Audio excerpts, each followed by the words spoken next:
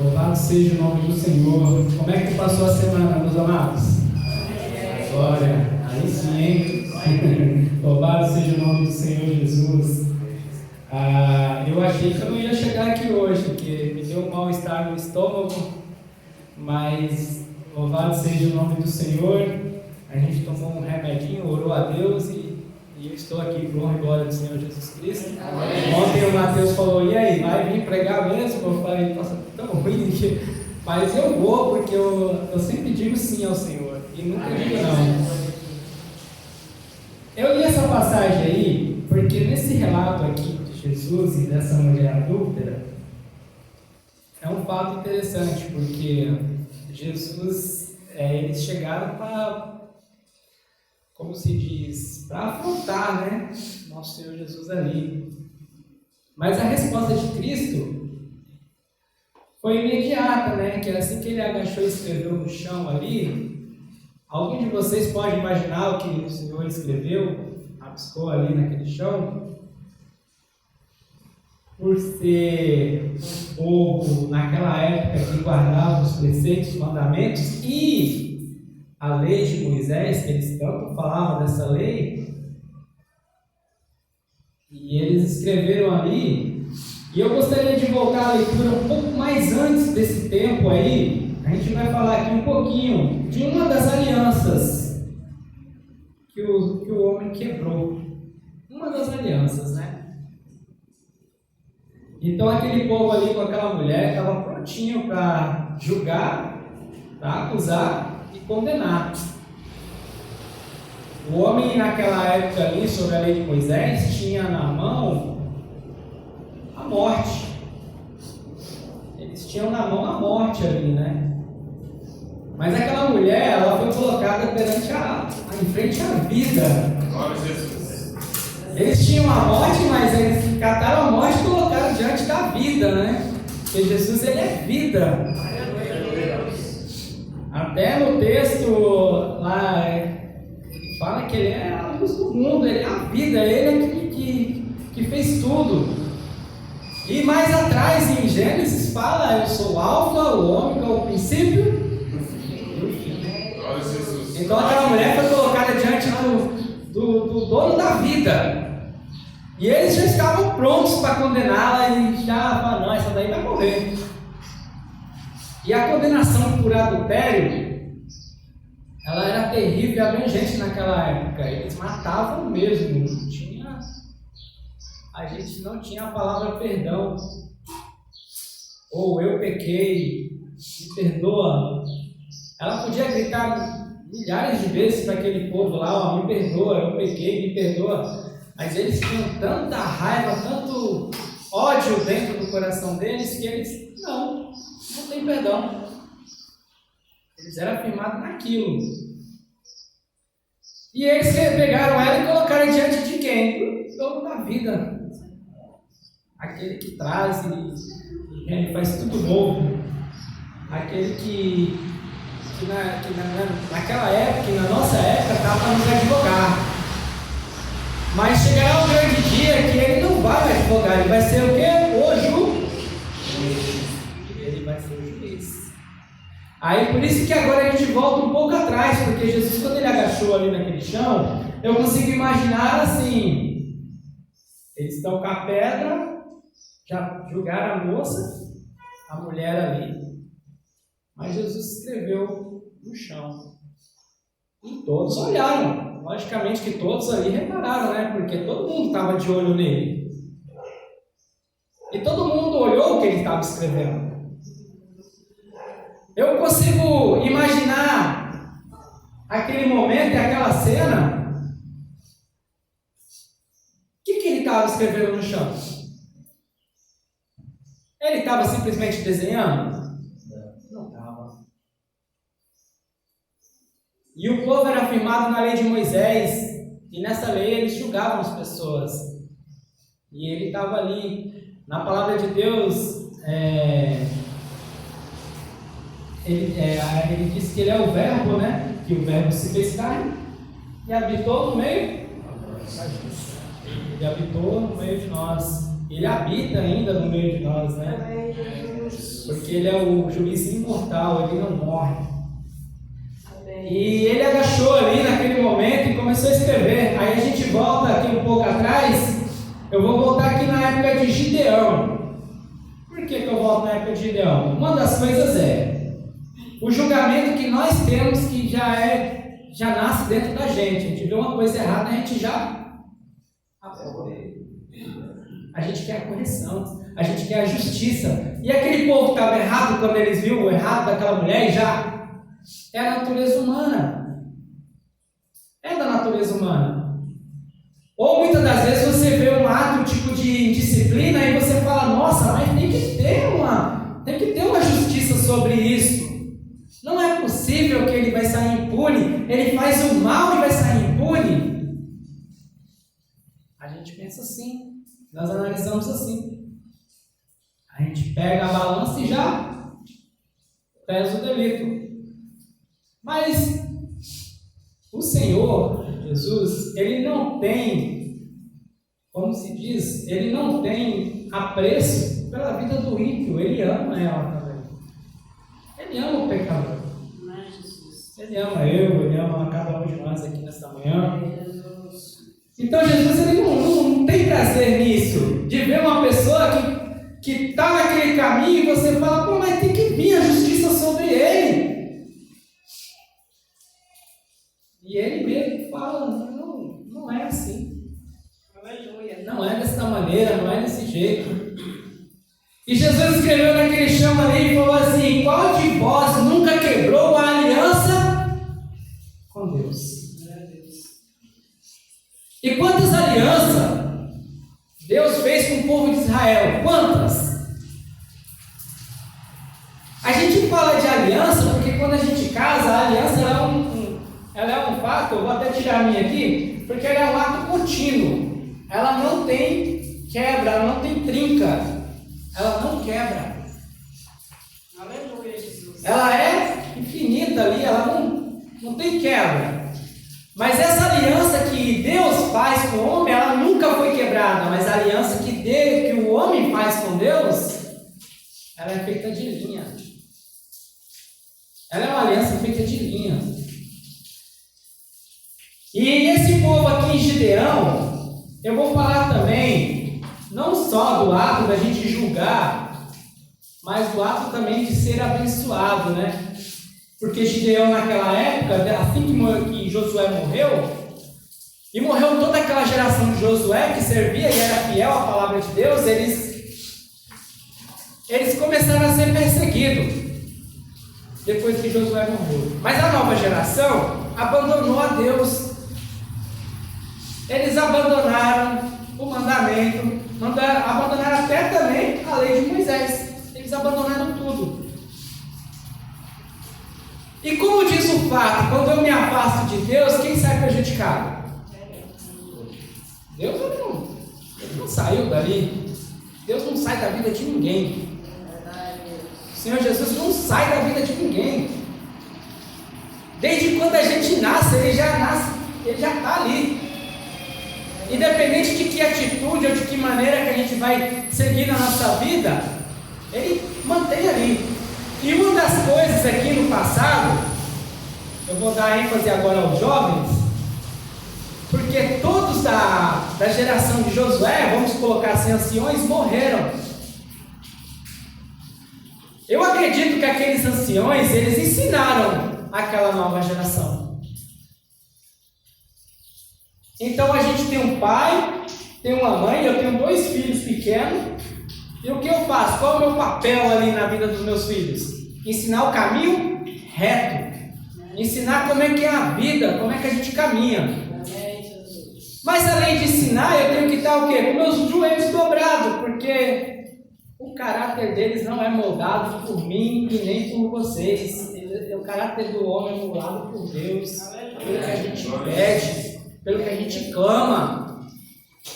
Então eu vejo muitos falar assim, já vi pessoas crentes falar assim, nossa, mas eu criei minha filha, meu filho, falei tanto de Deus e eles não me deram ouvidos, estão no mundo, estão perdidos. Eu errei? Aonde foi a falha? Onde está o tropeço? Amados, não é falha nem tropeço, é vida com Deus, é vida do Evangelho. Independente de você errar o que é, de você falar o que é certo, a gente tem que ser espelho. Eles refletir e falar assim: nossa, não, meu pai está aqui ainda. Mesmo que eu me vá, meus filhos vão sempre falar e testemunhar e falar assim: não, mas meu pai ele me ensinou assim, assim, assim, assim. Porque neste mundo de hoje não está fácil, não. Não está fácil. Então aquele povo de Josué, o que acontece? Morreram. Foi toda aquela geração, mas aquela geração ensinou. Porque a palavra de Deus, ela não morre. A palavra de Deus, ela permanece. Ela está aqui, ó. Eles não ouviram a palavra de Deus porque eles não fizeram. E amaram a idolatria, e amaram o que era ruim, o que era desagradável a Deus. E hoje, o que é ruim, o que é desagradável a Deus, o que é idolatria hoje? Nos tempos de hoje. Primeiro quer amar Deus mais, amar o mundo. Exatamente. A ilusão do mundo. O Senhor Jesus falou uma coisa que é bem certa. Jesus ele falou assim: quando eu voltar, eu encontrarei fé. Eu coloco mais palavras, eu encontrarei amor. Quando eu voltar, como é que vai estar? Mas mais atrás ele fala também que pelo aumento da ciência, vamos colocar um fato legal aqui. Pelo aumento da ciência, o pecado se multiplicaria. Até 1990 eu não tinha um celular com tela que mostrasse nada, nem vídeo, nem nada. Ele só falava alô e mandava uma mensagem e só, acabou. A gente nem podia falar muito, porque se falasse muita conta ia vir altíssima. Também tinha mais essa, não era só. Mas hoje não, hoje a ciência aumentou. E hoje dentro do meu aparelho eu encontro o quê? Coisas boas, mas coisas terríveis. Terríveis mesmo. Uma das coisas terríveis que o ser humano, se não vigiar, cai é rede social. Outra coisa é pornografia. Tem demais. Elas brotam para fora. Então, o ser humano ele entra nesse contexto, ele não larga o celular, come com o celular na mão, dorme com o computador, vai tendo essa vida e vai levando. E eu vou falar para vocês, eu amo quando chega quinta, sexta, sábado. Por que eu amo? Porque eu guardei esses 3 dias aí, que eu me abstenho de aparelho, eu me abstenho de tudo, para pegar um violão, para louvar ao Senhor. Chega na sexta-feira, eu falo: opa, é o dia de tirar os louvores da igreja, vou ter que estar tocando, vou ter que estar isso, tem o horário da oração. Então ali automaticamente a gente faz um culto, eu faço um culto ao Senhor ali, naquele momento. E ontem, tirando os louvores, eu senti tanta presença de Deus, que eu nem senti falta. Falei: cadê meu aparelho? Não existe. Porque foi um ato assim de modificação. Eu modifiquei a minha vida ali, né? E eu tenho lutado para isso. Mas, amados, eu não julgo. Por que eu não julgo? Porque é difícil. É difícil demais. Se a gente vê alguém caído, não dá. E eu tenho mais uma bênção a contar a vocês essa noite. Eu trouxe essa mensagem. Eu já estava com ela há algum tempo já preparada. Mas eu sonhei que eu estava aqui dentro dessa igreja. Eu tinha acabado de sair do culto e desci dali, perto da guitarra. E um anjo do Senhor falou assim para mim. Glória a Deus, aleluia. Alô, desceu sobre ali e falou assim: aleluia, não julgues, porque eu vou te abençoar. Foi a confirmação da palavra. Amados, não julguem, porque o Senhor tem muitas bênçãos a derramar para cada um de vocês. Assim como Ele falou comigo, eu creio que é para toda a igreja, porque eu não estava em outro lugar. Eu estava aqui, na casa do Senhor. E eu não estava na igreja que eu congrego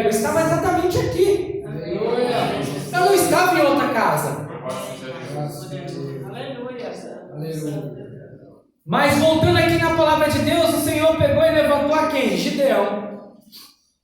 Aí o Senhor vai lá e levanta Gideão. A aliança de Deus, ela não é quebrada. Deus ainda estava lá no círculo da aliança. E Deus levantou Gideão e falou para... E Gideão naquela época, como eles eram bastante perseguidos, o que acontece? Tudo que eles plantavam, os amalequitas, eles vinham, acampavam na plantação da pessoa, arrancava tudo, destruía tudo, pegava os seus animais, matavam, não deixava nada. E Gideão naquela época, ele estava batendo trigo aonde? No lagar do vinho, onde faz o vinho. Por quê? E ele estava fazendo sempre à noite. Porque se ele plantasse ou fizesse qualquer coisa de dia, eles iam lá e, como traça, devastava tudo. E veio o anjo do Senhor a Gideão e falou para Gideão: vou levantar vocês. Funciona mais ou menos assim: vocês quebraram a aliança comigo, mas eu vou fazer uma nova com vocês. E o Senhor levantou Gideão ali, e Gideão foi para a batalha. E chegando na batalha, ele estava com muitos homens. O Senhor pegou e falou assim: não, Gideão, tem muita gente. Quantas pessoas tem na vida de vocês hoje que atrapalham? Que às vezes você olha e fala assim: é muito, está me incomodando. E às vezes a gente não é abençoado porque a gente presta atenção. E Gideão achando que 1000 homens ia dar conta da batalha. Aí tira o mérito de quem? Do dono do ouro e da prata. E Deus fala a Gideão: não. Vamos diminuir esse número aí, porque vai só atrapalhar. E Gideão pegou e o Senhor, e o anjo do Senhor falou para ele: aquele que agachar e levar a água na boca e lamber, como cachorro, você separa eles. E o que agachar e for lá e beber da água direto do rio, esse você separa para a batalha. Aí chegou Gideão e separou aquele povo.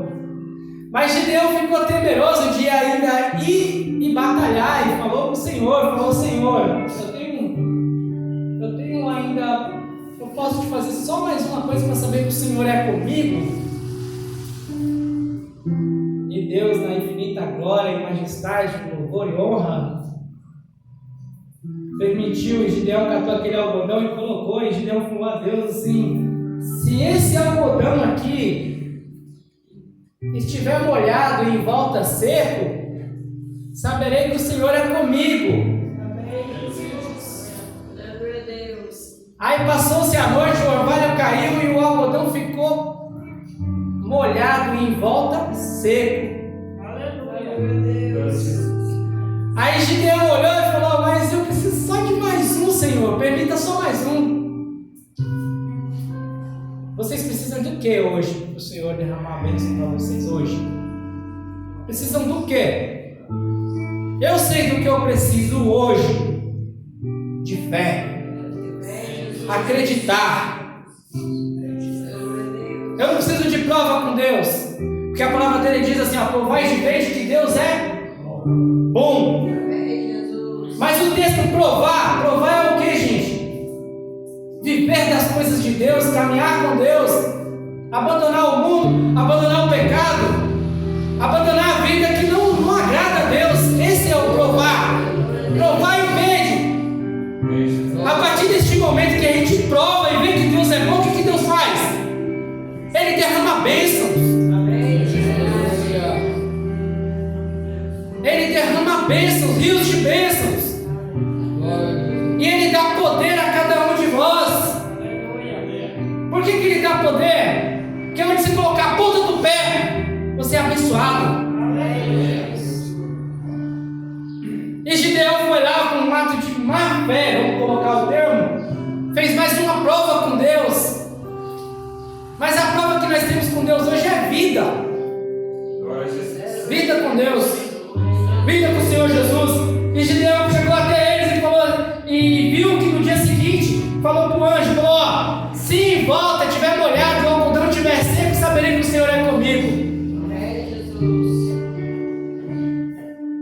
e ele chegou no dia seguinte, em volta molhado e o algodão seco. O que mais me admira no ser humano é que ele tem diversas formas de saber que Deus é poderoso, Deus pode tudo. Deus mantém um planeta sobre um vácuo escuro. E esse planeta tem vida e vida em abundância para cada um de nós aqui. Mas o homem sempre chega e questiona, fala, não, mas por quê? Para Deus não existe porquê. O que você tem aí no seu coração para dar para Ele, dê. E acredite que Ele vai fazer. A transformação do Senhor é essa, não tem outra. Não existe outra. E se você quer ser bendito, é só seguir os passos de Cristo.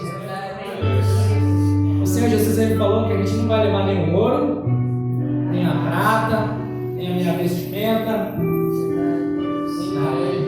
Mas o Senhor Jesus fala também que a gente já é bem-aventurado. E Ele ainda fala assim: olhe o lírio do campo. Eu falo Jesus porque na época de Jonas não era Deus falava assim para Jonas: quem alimenta as aves do campo? Quem veste o campo? Não sou eu? Aleluia. Não é o Senhor? E que um passarinho tem de mal dentro dele? Fala para mim.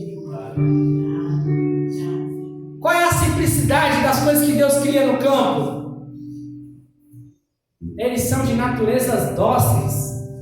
Assim deveremos ser nós também. Aleluia. Quando chega ao ponto de não julgarmos, nós temos que ser dóceis. É difícil, é terrível a gente ver as coisas erradas e não ter o termo de falar assim, não. E apontar e chegar ao pastor. Eu não estou falando só para a igreja, não, estou falando para mim. Por quê? Porque a nossa natureza, a primeira coisa é a gente julgar. E Gideão, você acha que Gideão já, depois que a terra estava molhada, ele estava com fé ainda?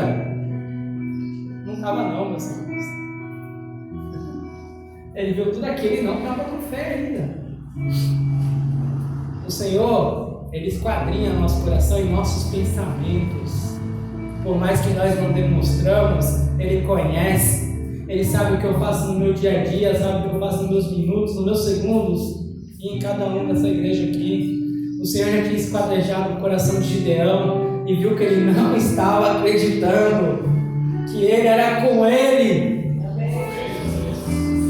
E o anjo chega a Gideão e fala: Gideão, você vai pegar esses 300 homens antes da batalha, você vai até perto do acampamento.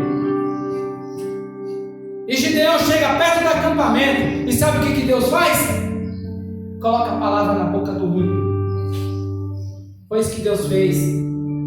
E eles escutaram o trovão e não sei o que lá, eles olharam o ímpio também e falou assim: nossa, será que é Gideão que está vindo? Ele vai acabar com a gente. Ele vai acabar com a gente. O Gideão ouviu isso da boca de quem? Do ímpio, não foi dos que estavam com ele. E Gideão voltou e acreditou em Deus. Eu preciso de muito. Eu preciso de fé. Aleluia. Amém, Jesus. Fé não é coisas materiais. A fé é na improbabilidade daquilo que o homem enxerga que vai acontecer. A fé é na improbabilidade de que vai acontecer, mesmo se não há meios e nem caminhos para acontecer. Aleluia, Deus. Quando Josué chegou com todo aquele povo sobre aquele mar vermelho, qual era a probabilidade do mar ser separado ali para o povo passar? Nenhuma probabilidade daquele mar abrir. E quando Moisés chega no monte, que vê aquela sarça pegando fogo e ela não se consumia, qual era a probabilidade daquilo? E qual era a outra probabilidade de Josué e de todo aquele povo na batalha e Moisés levantando o braço e o Senhor parou ali e não deixou que os sons punhavam para que eles vencessem a batalha? Qual era a probabilidade? E o que vocês têm hoje que não pode pedir para o Senhor e Ele não pode fazer? Peça! Fecha os olhos e pede. Eu falo não só com vocês, mas comigo também, porque primeiramente Ele trabalha aqui, ó, para depois distribuir. Você vê o que? O ímpio prosperando? Você vê o ímpio andando de carro novo? Você vê o ímpio andando em casas boas? Mas eles não têm algo que você tem, a salvação em comum com Cristo. E nem tão pouco sabem o tamanho do baú que Deus tem para vocês de bênção. E Ele pode derramar. E Gideão venceu aquela batalha. E mais para frente temos outras batalhas e temos mais quebras de aliança. Aí a gente volta lá no Evangelho de João 8. Por que a gente volta no Evangelho de João 8? Porque eles já estavam preparados para matar aquela mulher. Eles estavam preparados. Eles já estavam, como diz, com a espada. Eles já queriam terminar com aquilo. E eles estavam diante de quem? Do dono da vida. E a gente andando mais um pouco, eu peço a vocês lá em Atos dos Apóstolos 9. Eu vou ler só uma coisinha aqui para vocês. A conversão de Saulo.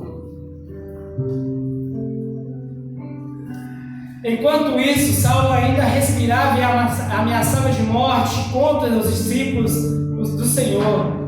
Dirigindo-se ao sumo sacerdote, pediu-lhes cartas para as sinagogas de Damasco, de maneira que, caso encontrasse ali homens ou mulheres que pertencessem ao caminho, pudesse levá-los presos para Jerusalém. Em sua viagem, quando deixou se aproximar de Damasco, de repente brilhou ao seu redor uma luz vinda do céu. E ele caiu por terra e ouviu uma voz que lhe dizia: Saulo, Saulo, por que me persegues? Saulo perguntou: quem és tu, Senhor? Ele respondeu: eu sou Jesus a quem você tem persegue. Levanta-se, entre na cidade, alguém dirá a você o que fazer. Os homens que viajavam com Saulo pararam emudecidos, ouviram a voz, mas não viu ninguém. E Saulo se levantou do chão e, abrindo os olhos, não conseguia ver nada. E os homens se levantaram pela mão até Damasco. Por 3 dias ele esteve cego e não comeu e nem bebeu. Em Damasco havia um discípulo chamado Ananias, e o Senhor o chamou em uma visão: Ananias. Eis-me aqui, Senhor, respondeu ele. E disse ao Senhor: vá à casa de Judas na rua chamada direita e pergunta por um homem de Tarso chamado Saulo. Ele está orando. Numa visão viu um homem chamado Ananias chegando e pôs-lhe as mãos para que voltasse a ver. Mas o que essa palavra tem em comum com a mulher que foi apedrejada ou com Gideão? O Senhor sabe que ela tem em comum. Paulo entendia muito. Estou errado, pastor? Das Escrituras. Não? Ele perseguia, ele matava, ele julgava achando estar certo. Ele fazia isso. Ele matava os cristãos. Ele era um cego. Ele estava cego. E a nossa vida cristã hoje, a gente não pode deixar isso acontecer. Todos os rios de bênção, todas as bem-aventuranças tem que acontecer no fato que nós temos que amar o pecador. Aleluia, Deus é um pecado. É um pecador. É difícil? Complicadíssimo. Complicadíssimo. Mas nós temos que estar vivendo sob esse jugo. A gente tem que estar assim. A gente tem que ter os olhos abertos. Eu tenho que ter meus olhos abertos. Não é fácil. Uma certa vez eu comprei um carro com uma pessoa, que é esse carro que está ali na frente, mas me deu tanta complicação, e o homem foi com um revólver até para me matar lá no meu portão. Porque eu estava numa fase ruim, eu não tinha o dinheiro da transferência do documento. E ele me perseguia todos os dias, eu não tinha paz. Ele queria tirar minha bênção de qualquer maneira. Ele chegou e ele... Até chegar ao ponto de eu falar para ele, eu não vou te dar o carro. Eu não vou querer um outro carro, eu quero este carro.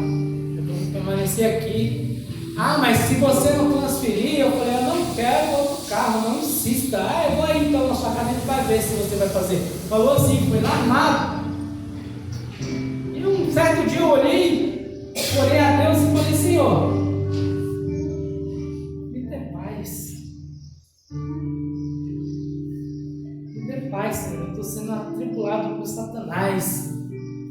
Não era o homem, meu inimigo não era ele. E o diabo estava me tentando, sabe? Que o Senhor repreenda, até de citar o nome dele aqui, porque ele não é digno. E esse homem chegou lá e eu tinha orado. Ele chegou lá. Eu olhei para ele e falei. Aí ele falou assim: agora você vai fazer dupla transferência, você tem 10 dias. Em 8 o Senhor levantou todo o dinheiro e eu transferi o carro. Amém, Jesus. Mas o que eu desejei para aquele homem não foi mal, gente. Eu olhei, dobrei o joelho e falei: Senhor, converta ele. Sabe por que a palavra converter? Porque eu não tinha nada para julgar ele. Porque quando um homem se converte ao Senhor Jesus, aquele que converte verdadeiramente a Cristo, ele chora por tudo que fez, por todo o mal. Assim foi na minha vida. Eu não fiz mal a pessoas, mas eu fiz mal a Deus quando eu tinha uma vida pecadora. Eu não ouvia ao Senhor. E quando eu me deparei num bar, que eu olhei para dentro do bar, eu ia entrar, eu comecei a chorar, e ali começou a vir a conversão de Cristo na minha vida. E eu chorava sem entender o que estava acontecendo. Quando aquele homem veio para mim falar tantas coisas, a única coisa que eu tinha no meu coração para desejar ele era essa conversão, porque a conversão, ela produz frutos. Eu não quero que ele venha me pedir perdão. Eu quero que ele entenda como é que é o amor de Cristo. Vocês acham que para Paulo não foi assim? Quando ele teve um encontro com Cristo? E para aquela mulher adúltera também não foi assim?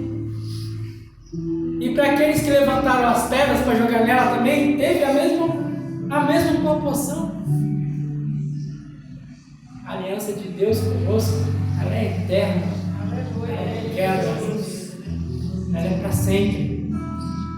Eu vou falar a vocês, meus amados, se tiver bênção para pedir ao Senhor, peça. Não deixa que as coisas deste mundo desviem o olhar, desviem a sua atenção para as bênçãos que o Senhor tem para cada um de vocês. Não deixa. Determina. Eu quero. Determina mesmo com voz, eu quero, é isso que eu quero. E assim o Senhor fará. E assim o Senhor procederá. Porque muitos vão e lotam igrejas hoje aí e procura disso, mas conexão com Cristo não tem nenhuma, mas só querem, eu quero. E os caminhos de porta larga é o que mais se vê cheio hoje. Mas não é isso que o Senhor quer. O Senhor quer a nossa retidão. E toda bênção vem em consequência a nossa retidão. Não falta uma. Daniel foi bem-aventurado, como diz a irmã que hoje teve suas dificuldades, teve, mas não deixou de lado a sua retidão. Davi teve suas dificuldades, mas não deixou o seu amor ao Senhor Jesus, a Cristo, a Deus, de lado. Teve o coração quebrantado. E muitos outros na Bíblia,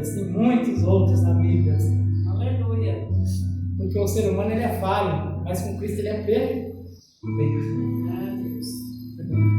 Com o Senhor na vida ele é perfeito. E aqui eu deixo a palavra de hoje. E que o Senhor Jesus venha nos abençoar e venha nos dar vitória. Vitória para vocês. Louvado seja o nome do Senhor.